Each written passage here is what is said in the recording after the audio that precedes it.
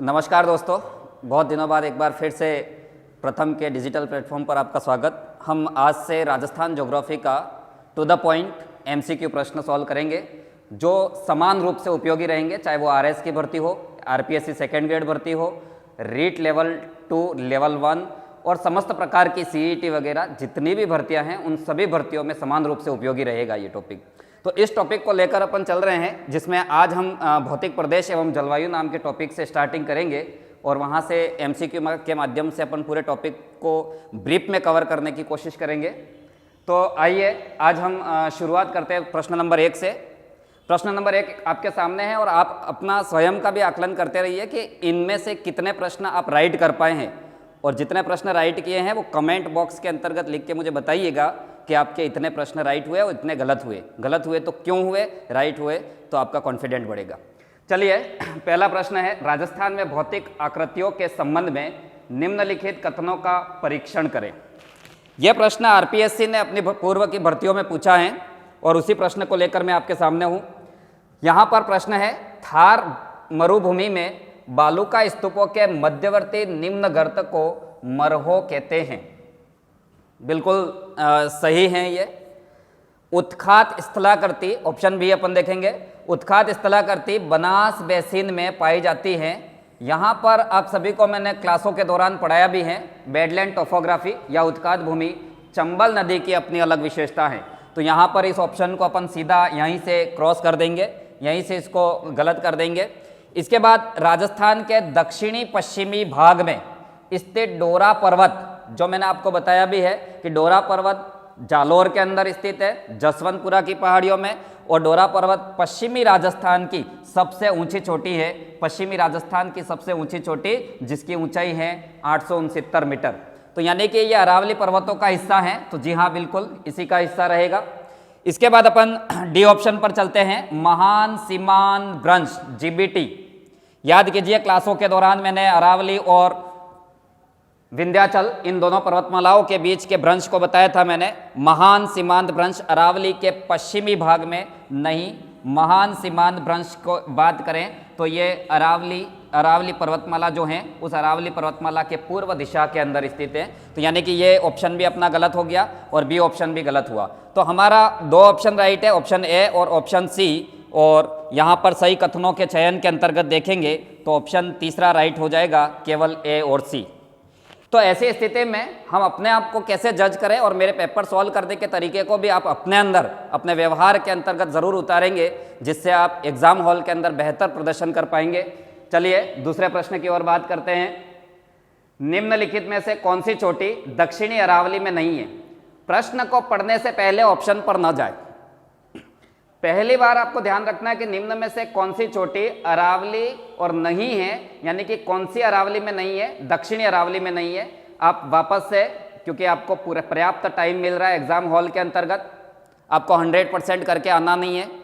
ऐसी स्थिति में सभी प्रश्नों को सॉल्व करने के लिए पर्याप्त समय आपके पास रहता है। कतई जल्दबाजी करने की आवश्यकता नहीं है। आप उस प्रश्न को बारीकी से देखें और देखने के बाद आपने जो पढ़ रखा है उस अकॉर्डिंग आप उसको ड्रॉ करने की कोशिश करें। देखिएगा, अरावली को हम 3 तरीके से पढ़ते हैं, दक्षिण, मध्य और उत्तरी अरावली। हमारा प्रश्न है दक्षिण अरावली में नहीं है, तो दक्षिण अरावली के अंतर्गत आते हैं सिरोही, राजसमंद, उदयपुर वाला क्षेत्र आएगा। ठीक है, तो ऐसी स्थिति में हम देखते हैं गुरु शिखर सिरोही में है, बिल्कुल दक्षिण अरावली के अंतर्गत ही है। ये राजस्थान की सबसे ऊंची चोटी है, 1722 मीटर। शेर दक्षिण अरावली में ही है, ये राजस्थान की दूसरी ऊंची चोटी है। पहली पूछ के थक गया है एग्जामिनर, अब आपको दूसरी भी पूछी जा सकती है, ध्यान रखना है। शेर भी दूसरी ऊंची चोटी है। जरगा की ऊंचाई 1431 मीटर। कुंभलगढ़ की पहाड़ियां, जो कुंभलगढ़ दुर्ग स्थित है वो इन्हीं पहाड़ियों के अंतर्गत स्थित है। और आप सभी को पता है कि कुंभलगढ़ दुर्ग कौन से पहाड़ियों में और कौन से जिले में स्थित है, तो राजसमंद में है। लेकिन जरगा की पहाड़ी आपको उदयपुर की लोकेशन में मिलेगी, और उदयपुर यानी कि ये दक्षिणी अरावली के अंतर्गत ही रहेगा। जबकि आ रहा है टोडगढ़, और टोडगढ़ जो एक समय में जेल भी हुआ करती थी, ये अरावली के अंतर्गत स्थित है।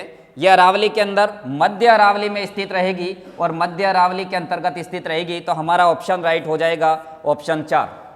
तो यहाँ पर ऐसे प्रश्न लिए मैंने कि उन प्रश्नों को लेकर हम किस तरीके से एग्जाम हॉल के अंतर्गत कम से कम गलतियां करें। तो उन सारी चीज़ों को आप क्लियर रखें। टोडगढ़ यहाँ पर सही आंसर रहेगा, अजमेर के अंतर्गत आएगा, बाकी सभी दक्षिणी अरावली के अंतर्गत आएंगे। तीसरे प्रश्न पर जाते हैं। तीसरे प्रश्न पर अपन बात करेंगे कि राजस्थान में सर्वाधिक बीहड़ प्रतिशत कहां पर है। तो प्रश्न पूछा गया बीहड़ का और प्रश्न पूछा गया है सर्वाधिक प्रतिशत बीहड़ का। सर्वाधिक प्रतिशत बीहड़ से पहले बीहड़ क्या है? तो बीहड़ कंदरा युक्त भूभाग हैं जो चंबल के मार्ग में मिलते हैं, चंबल के मार्ग में मिलते हैं, जहां पर डाकुओं ने अपना आश्रय स्थल बना लिया है।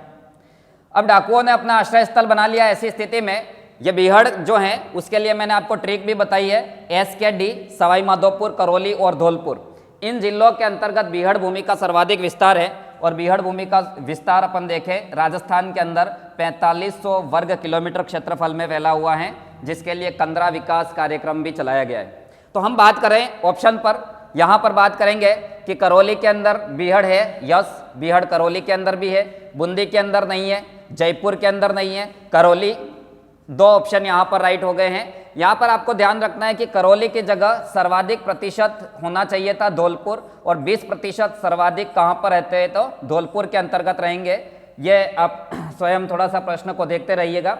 प्रश्न के अंतर्गत यहाँ पर सही आंसर रहेगा धौलपुर, जो RPSC असिस्टेंट प्रोफेसर भर्ती परीक्षा के अंतर्गत भी पूछा गया है और क्लासों के दौरान मैंने आपको बहुत अच्छे से बताया है। और ये प्रश्न कहाँ पूछा गया ये भी आपको बात की है। तो सर्वाधिक प्रतिशत बीहड़ की बात करें तो कौन से डिस्ट्रिक्ट में रहेगा? धौलपुर डिस्ट्रिक्ट के अंतर्गत रहेगा। प्रश्न को आप सही कर लीजिएगा। नेक्स्ट अपन बात करते हैं राजस्थान में किस जिले में अर्धचंद्राकार पहाड़ियाँ मिल रही है। अर्धचंद्राकार पहाड़ियाँ और अर्धचंद्राकार बालू का स्तूप, दोनों चीजें राजस्थान के एग्जामों के अंतर्गत अमूमन देखी जा रही है। अर्धचंद्राकार पहाड़ियों की बात करें तो राजस्थान के मैप पर आप चलेंगे और राजस्थान के मैप पर आप यदि बूंदी वाला पार्ट देखेंगे और बूंदी वाले पार्ट में आप देखेंगे कि इस तरीके से दक्षिण पूर्व से लगाकर उत्तर पूर्व की ओर लगभग 96 किलोमीटर की रेंज के अंतर्गत अर्धचंद्राकार पहाड़ियाँ स्थित है। तो अर्धचंद्राकार पहाड़ियाँ कौन से जिले में स्थित हो जाएगी? बूंदी जिले के अंतर्गत स्थित हो जाएगी। मैं आपके समय और ब्रीफ रिवीजन को लेकर काफ़ी तेज़ी से आगे बढ़ रहा हूं, जिसके अंतर्गत आप ध्यान रखेंगे कि 12 के अंदर क्या स्थिति है। तो हम प्रश्न के ऑप्शन के साथ दूसरे प्रश्न भी क्लियर करते चलेंगे कि 12 में आपको घोड़े के नाल के आकार की पहाड़ियाँ मिलेगी। घोड़े के नाल के आकार की पहाड़ियाँ कहाँ पर मिलेगी? 12 जिले के अंतर्गत मिलेगी, जहाँ शाहबाद नाम का जगह काफ़ी फेमस रहेगा। और ये शाहबाद नाम का जगह आपको शहरिया जनजाति के लिए भी काफ़ी फेमस स्थान रहेगा। बूंदी हमारा राइट आंसर रहेगा। अर्धचंद्राकार पहाड़ियाँ बूंदी के अंतर्गत मिलेगी, जहाँ पर आपको जेतवास, खटखड़, रामगढ़, इस तरीके के जो दर्रे हैं वो दर्रे आपको कहाँ पर मिलेंगे? इसी बूंदी जिले के अंतर्गत मिलेंगे। फिर झालावाड़ के अंदर जो पहाड़ी है उसका नाम है डग, और अधीनस्थ बोर्ड इसको लगातार पूछ रहा है। चूरू के अंदर कोई पहाड़ियाँ नहीं है, तो यहाँ पर अपन कोई भी ऑप्शन अपना राइट नहीं है। ऑप्शन राइट हो जाएगा बूंदी। 12 के अंदर घोड़े के नाल के आकार की पहाड़ियाँ शाहबाद, झालावाड़ के अंदर डग की पहाड़ियाँ जो बंगाल की खाड़ी के मानसून को रोककर झालावाड़ में काफ़ी अच्छी बारिश करवाता है। तो ये झालावाड़ का ये भी ध्यान रखना है आपको। तो दोस्तों हम अगले प्रश्न की ओर चलते हैं। अगला प्रश्न आपका रहेगा, निम्न में से कौन सा बालू का स्तूप मरुस्थल के केंद्र में मिलते हैं? जी हाँ, बालू का स्तूप मरुस्थल के केंद्र में मिलते हैं। आप सभी को पता है कि मरुस्थल का केंद्र, यानी कि मरुस्थल के केंद्र की बात करें तो राजस्थान का मरुस्थल है वो पाकिस्तान के अंदर भी विस्तृत है, और इसके केंद्र की बात करें तो ये जैसलमेर वाला इलाका हो जाएगा। जैसलमेर के अंतर्गत यानी कि मरुस्थल के केंद्र में हमेशा अत्यधिक मात्रा में रेत मिलेगी।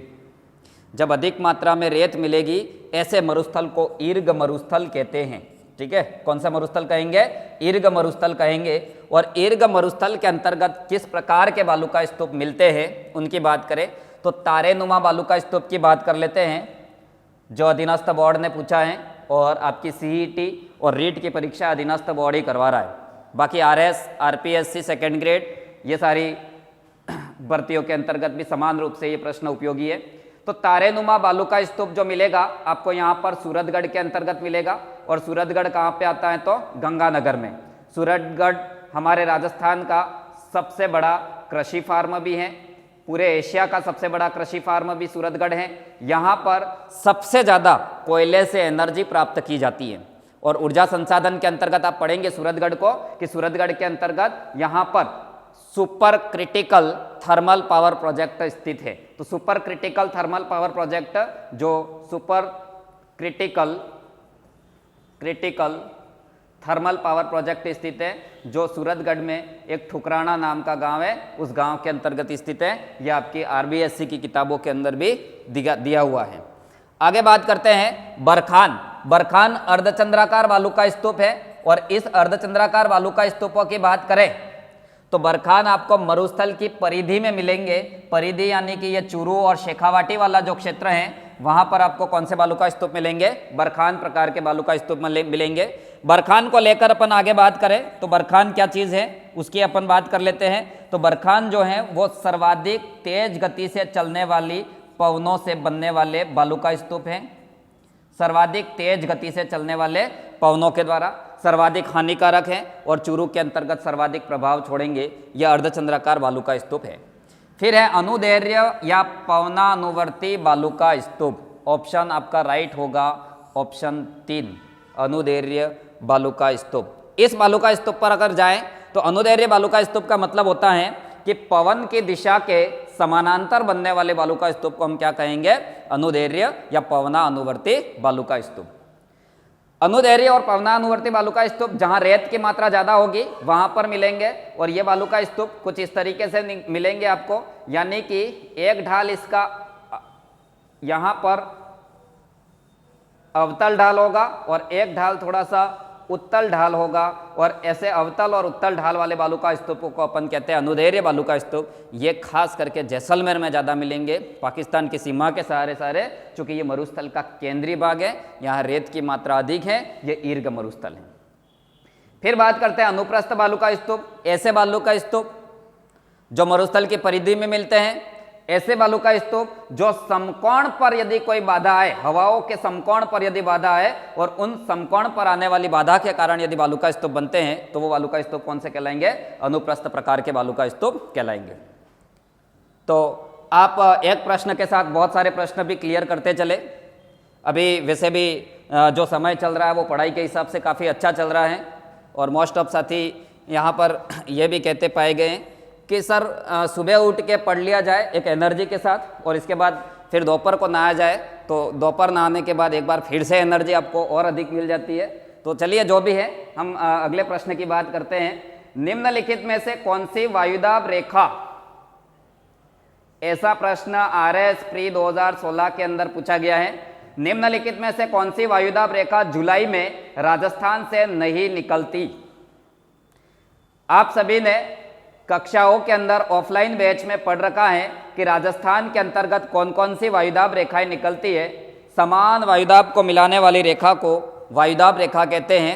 हम बात करते हैं जनवरी और जुलाई, दो जगह खींची जाएगी।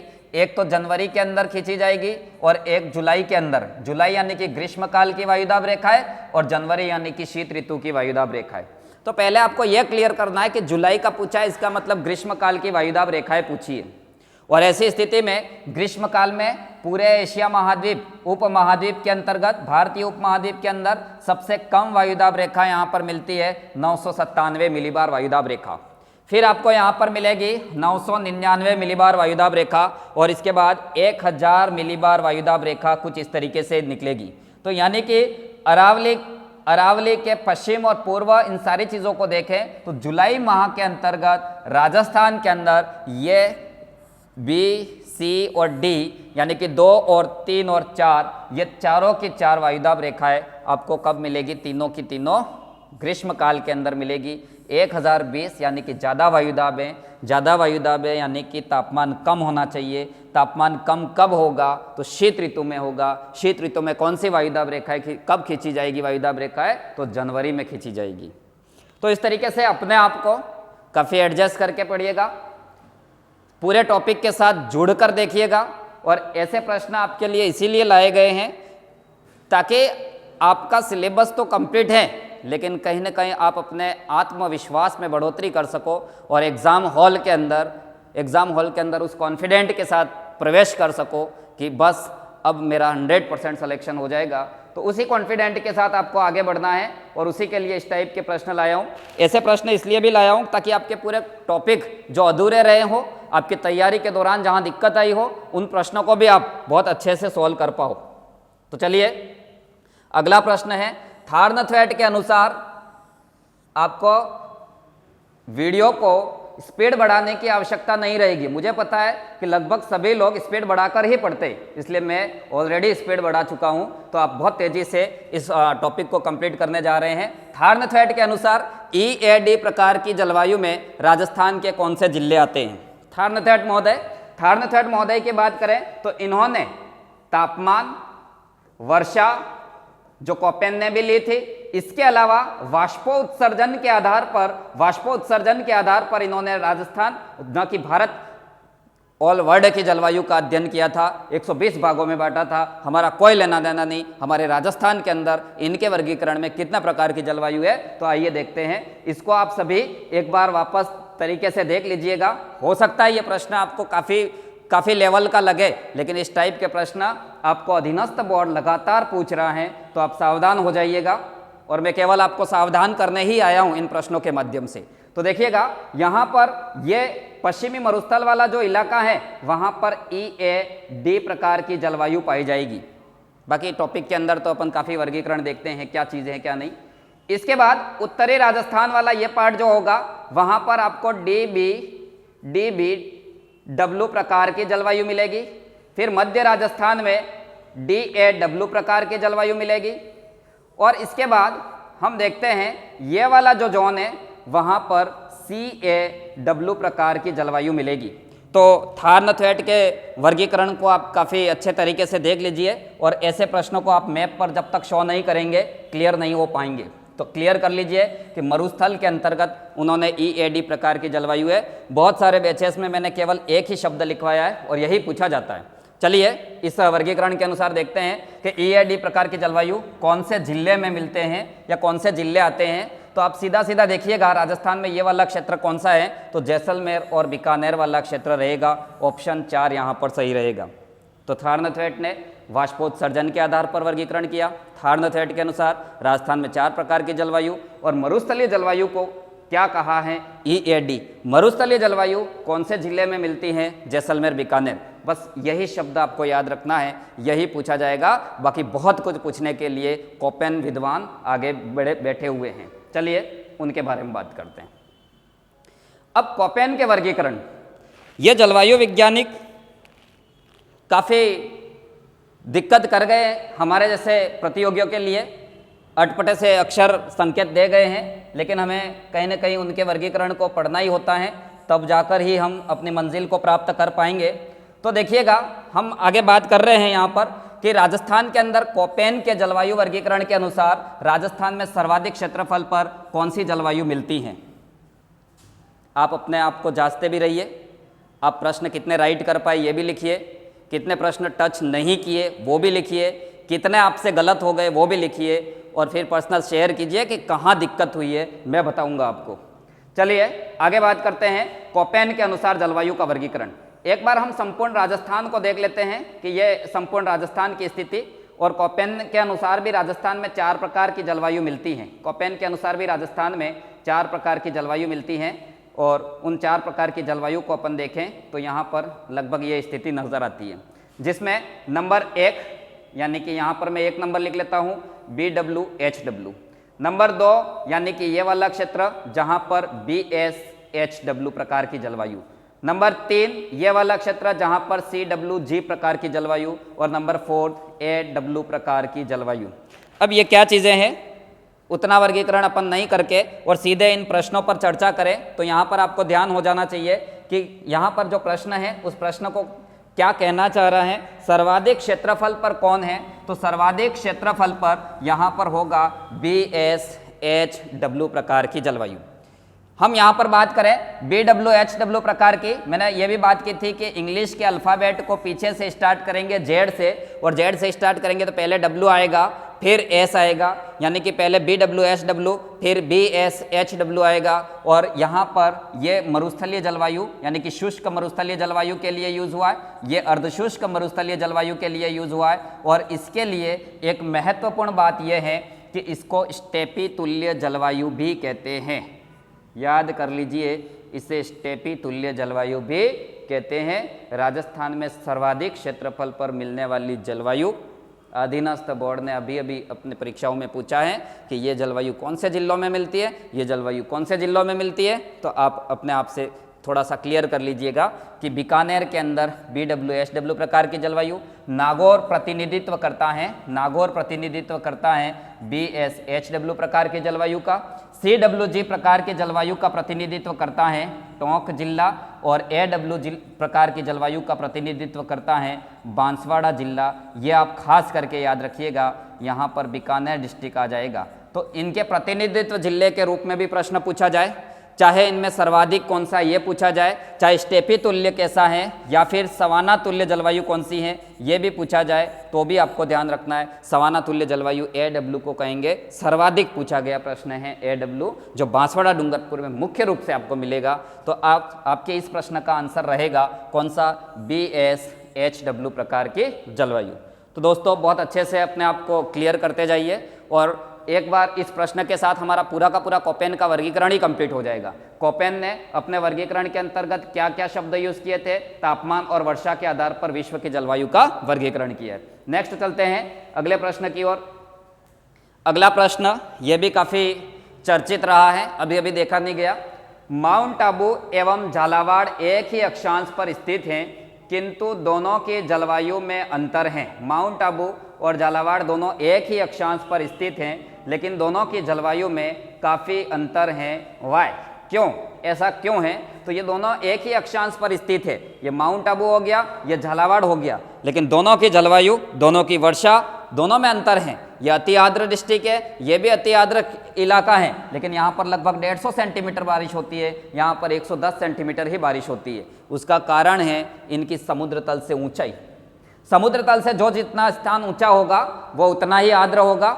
समस्त परिस्थितियों में सही नहीं है, लेकिन राजस्थान की परिस्थितियों में अगर देखें तो समस्त यहाँ पर माउंट आबू की ऊंचाई ज़्यादा है और झालावाड़ की ऊंचाई कम है। ऐसे प्रश्न जब भी आपको पूछे जाए तो आप ध्यान रखना समुद्र तल से ऊंचाई ही इसका आंसर रहेगा। तो आप क्लियर रखें, समुद्र तल से ऊंचाई यहाँ पर प्रभावित करेगा। बाकी पवनें भी राजस्थान की जलवायु को प्रभावित करती है। अरब सागरीय मानसून के समानांतर हैं कौन सी पर्वतमाला, अरावली पर्वतमाला, इसलिए राजस्थान में काफ़ी कम जलवायु परिवर्तन हो रहा है, काफ़ी कम यहाँ पर बारिश हो रही है। वो तो बहुत सारे दूसरे कारण भी हैं, लेकिन इस प्रश्न के संदर्भ में या ऐसा प्रश्न आ जाए कि एक ही अक्षांश पर स्थित है और जलवायु में अंतर है, तो उनका उत्तर आप क्या करेंगे, ऊंचाई ही करेंगे। ये क्लियर रखना। नेक्स्ट प्रश्न की बात करते हैं। लो, अभी जो चल रहा है वही प्रश्न आ गया, मावट, जिसको आपने कल परसों ही देखा है। बांसवाड़ा के अंदर मावट काफ़ी अच्छी हुई, तो मावट के बारे में सत्य कथन को पहचानना है। अब देखिए, रबी काल में होने वाली वर्षा, मावट का बहुत फायदा भी लिया लोगों ने, एक दिन तक तो नहाए भी नहीं।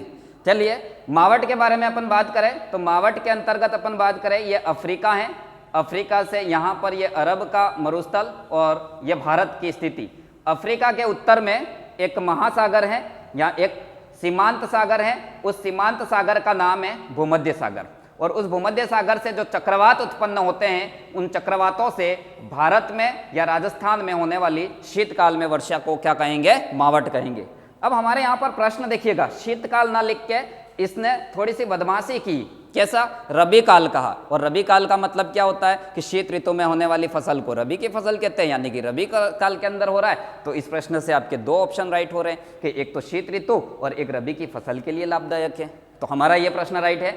इसके बाद यह भूमध्य सागरीय चक्रवातों का परिणाम है। जी हाँ, यह भूमध्य सागर पर चक्रवात आते हैं, यहाँ पर पछुआ पवन चल रही है, यहाँ पर ध्रुवीय पवन चल रही है, दोनों पवनों के कारण चक्रवात उत्पन्न हुए और ये चक्रवात यहाँ पर आए, जिसका कारण है जेट पवने। ये जेट पवने जो है वो वायुमंडल में काफी ऊंचाई से चल रही है और इस तरीके से हमारे भारत तक इस चक्रवात को लाने का काम कर रही है। तो इन जेट पवनों का योगदान भी है कि इसे भारत तक लाए। यह जो मानसून, ये मावट जो है वो कैस्पियन सागर से आर्द्रता प्राप्त करती है। तो जी हाँ, ये सोवियत रूस जिसको अपन कहते हैं कैस्पियन सागर, जो भारत है नहीं विश्व की सबसे बड़ी झील रहेगी कैस्पियन सागर, वहां से भी आर्द्रता ग्रहण कर रही है। तो यहाँ पर हम देखेंगे कि भाई ये भूमध्य सागरीय चक्रवातों का परिणाम है, ये कैस्पियन सागर से आर्द्रता प्राप्त करती है, जेट पवनें इसे भारत की ओर लाती है। ये सारे के सारे प्रश्न यहाँ पर राइट हैं, यानी कि सारे के सारे ऑप्शन हमारे राइट हो जाएंगे, हमको क्लियर करना है। इसके अलावा मैं बताऊं कि आरएस इंटरव्यू के अंदर प्रश्न पूछा कि राजस्थान के अंदर सर्वाधिक मावट जयपुर में होती है, लेकिन क्यों? उसका कारण भी रहेगा क्योंकि ये राजस्थान में और भारत में उत्तर पश्चिम से प्रवेश करेगा, और उत्तर पश्चिम से प्रवेश यानी कि उसकी दिशा के कारण जयपुर के अंतर्गत सर्वाधिक मावट होगी। तो मावट के बारे में क्लियर रहे, मावट पूरी की पूरी हमारी कंप्लीट है, और ठीक एग्जाम से पहले मावट हो चुकी है, यानी कि काफ़ी अच्छे संकेत है आपके सक्सेस होने के। चलिए आगे बात करते हैं। थार का मरुस्थल भारतीय मानसून को dash dash dash dash dash dash dash करता है। सोचिए, मैंने पहले ही कहा है वीडियो स्किप करने की जरूरत है ही नहीं आपको, मैं ऑलरेडी इतना स्पीड बोल देता हूं। चलिए थार के मरुस्थल के बारे में बात करें तो यह भारतीय मानसून को क्या करता है, काफी इंपॉर्टेंट प्रश्न है ये। भारतीय मानसून को क्या करेगा? तो हम सभी देखते हैं कि राजस्थान में या फिर भारत के परिप्रेक्ष्य में मानसून जो है वो दो प्रकार का है। यहाँ पर दक्षिण पश्चिम मानसून है, और उस दक्षिण पश्चिम मानसून की दो शाखाएं विकसित होगी। उन दो शाखाओं का नाम अलग अलग हो जाएगा, एक और हो जाएगा अरब सागरीय मानसून और दूसरी और हो जाएगा बंगाल की खाड़ी का मानसून। जी हाँ, अरब सागरीय मानसून और बंगाल की खाड़ी का मानसून। इस अरब सागरीय मानसून और बंगाल की खाड़ी के मानसून के अंतर्गत यदि देखें तो अरब सागरीय मानसून की उत्पत्ति का कारण देख लो, या अरब सागरीय मानसून क्यों भारत में राजस्थान की ओर आ रहा है वो का देख लो। उसका कारण है थार के मरुस्थल में ग्रीष्मकाल में लो प्रेशर का विकास होना। हर साल लो प्रेशर, हर साल सूर्य यहाँ पर आएगा। ऐसी स्थिति में हर साल थार का मरुस्थल संपूर्ण भारतीय उपमहाद्वीप में क्या करेगा? लो प्रेशर का विकास, और अरब सागरीय मानसून को इधर बुलाएगा कि भाई आजा हमारे यहाँ पे बारिश कर। लेकिन दूसरे को बहुत सारी कमियां हैं जिस कारण हमारे यहाँ पर बारिश नहीं कर पाता। बाकी थार के मरुस्थल के कारण ये भारतीय मानसून हमारे राजस्थान की ओर आ रहा है, तो ये इसको क्या करेगा? नियमित करेगा। क्लियर करना। नेक्स्ट है पश्चिमी मरुस्थल की उत्पत्ति किस युग में हुई? पश्चिमी मरुस्थल की उत्पत्ति किस युग में हुई? तो यहां पर हमारा सबने एक रट रखा है कि अरावली का उद्गम। पहली कक्षा के बच्चों को कहोगे तो अभी प्री कैम्ब्रियन क्या पता नहीं, प्री कैम्ब्रियन सबको पता है। तो प्री कैम्ब्रियन युग में किसकी उत्पत्ति होती है? अरावली पर्वतमाला की। राजस्थान के भौतिक प्रदेश चार भौतिक प्रदेश में सबसे पुराना कौन? अरावली। और अरावली का उद्गम कब हो गया? Pre Cambrian. प्री कैम्ब्रियन युग को आप क्या कहते हैं? प्री पैलियोजोइक महायुग भी कहते हैं। पैलियोजोइक या महाजीवी महाकल्प भी कहते हैं। इसी तरीके से क्रिटेशियस युग में राजस्थान में बना है हाड़ौती, और इस क्रिटेशियस युग को कौन सा महायुग कहते हैं? मीसोजोइक। इसको कहते हैं मीसोजोइक युग कहते हैं। इसी तरीके से प्लेस्टोसिन युग, जब हमारे संपूर्ण पृथ्वी पर बर्फ की चादर या हिमलहर छाई हुई थी, हिम युग कहा जाता है प्लेस्टोसिन युग को। और उस समय प्लेस्टोसिन युग में राजस्थान के दो भौतिक प्रदेश बने थे। एक बना था पूर्वी मैदान और एक बना था पूर्वी मैदान के साथ राजस्थान का मरुस्थल, जो विश्व का सबसे युवा मरुस्थल है। प्लेस्टोसिन के प्रारंभ में पूर्वी मैदान बना, प्लेस्टोसिन के अंत में मरुस्थल बना। और प्लेस्टोसिन युग को हम नियोजोइक भी कहते हैं। नियोजोइक का मतलब होता है नवजीवी महाकल्प। तो ऐसे में आपका प्रश्न यहाँ पर क्लियर रहा होगा। हालांकि उत्तर सभी का राइट हुआ होगा, लेकिन इन अक्षरों को भी ध्यान रखें। कभी कभी ऐसे अक्षर भी हमें पूछ लिए जाए तो आप बिल्कुल क्लियर रहे। आप यहाँ पर राइट उत्तर जो करेंगे वो रहेगा कौन सा? तो पश्चिमी मरुस्थल की उत्पत्ति कौन से युग में हुई? प्लेस्टोसिन युग में। ठीक है, कौन से युग में होती है? प्लेस्टोसिन, और प्लेस्टोसिन के अंत में होती है। ये भी आपको खास करके ध्यान रखना है। ठीक है, प्लेस्टोसिन के अंत में होगी, ये भी आपको खास करके ध्यान रखना है। तो चलिएगा अगले प्रश्न की ओर। पश्चिमी मरुस्थल की पूर्वी सीमा कौन सी वर्षा रेखा निर्धारित करती है? पश्चिमी मरुस्थल की पूर्वी सीमा कौन निर्धारित करेगा? तो आइए अपन सबसे पहले देखते हैं कि पश्चिमी मरुस्थल है कहाँ पर, उसकी लोकेशन क्या है, उसको क्लियर करें। तो ये बाय द वे पश्चिम मरुस्थल है। पश्चिमी मरुस्थल के अंतर्गत आप सभी जो जानते हैं वो बात मैं पहले ही क्लियर कर देता हूँ कि भाई 25 सेंटीमीटर वर्षा रेखा इसको दो भागों में बांटती है। हम सीधे ऐसा नहीं कि कूद ही पड़े डायरेक्ट, थोड़ा सा धैर्य रखिएगा। इन सभी प्रश्नों के माध्यम से आपको बारी बारी से धैर्य, बहुत सारी विवेक, इन सारी चीज़ों का सीखने को मिलेगा। 25 सेंटीमीटर वर्षा रेखा जो है वो यहाँ पर कितने पार्ट में डिवाइड करेगी? 2 भागों में डिवाइड करेगी। एक हो जाएगा शुष्क मरुस्थल, दूसरा हो जाएगा अर्धशुष्क मरुस्थल। प्रश्न क्या है? पूर्वी सीमा। अब पश्चिमी मरुस्थल ये है, पहले तो हमको दिशा ध्यान रखनी है, ये पूरब है और ये पश्चिम है। पूर्वी सीमा में बहुत सारे साथी ये मानते हैं कि भाई 50 सेंटीमीटर वर्षा रेखा अरावली के समानांतर चलती है, इसलिए 50 सेंटीमीटर कर आते हैं। नहीं, हमको ज़्यादा गैस नहीं लगाना, नहीं आता प्रश्न तो छोड़ दो।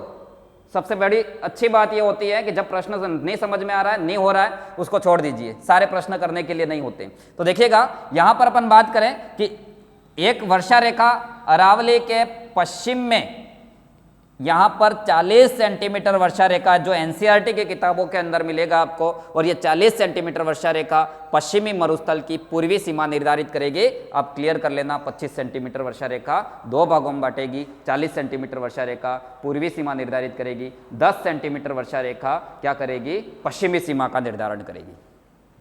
आगे बात करते हैं। चलिए, यहीं तक अपने प्रश्न थे। इन प्रश्न के माध्यम से हमने राजस्थान के भौतिक प्रदेश को कंप्लीट करने और जलवायु को कंप्लीट करने का प्रयास किया। आई होप आपको बहुत अच्छे से समझ में आया होगा। आप मुझे कमेंट करके बताइएगा कितने प्रश्न राइट किए, कितने गलत। अगले वीडियो के अंतर्गत हम फिर से 2 टॉपिक लेकर उपस्थित होते हैं। तब तक के लिए धन्यवाद।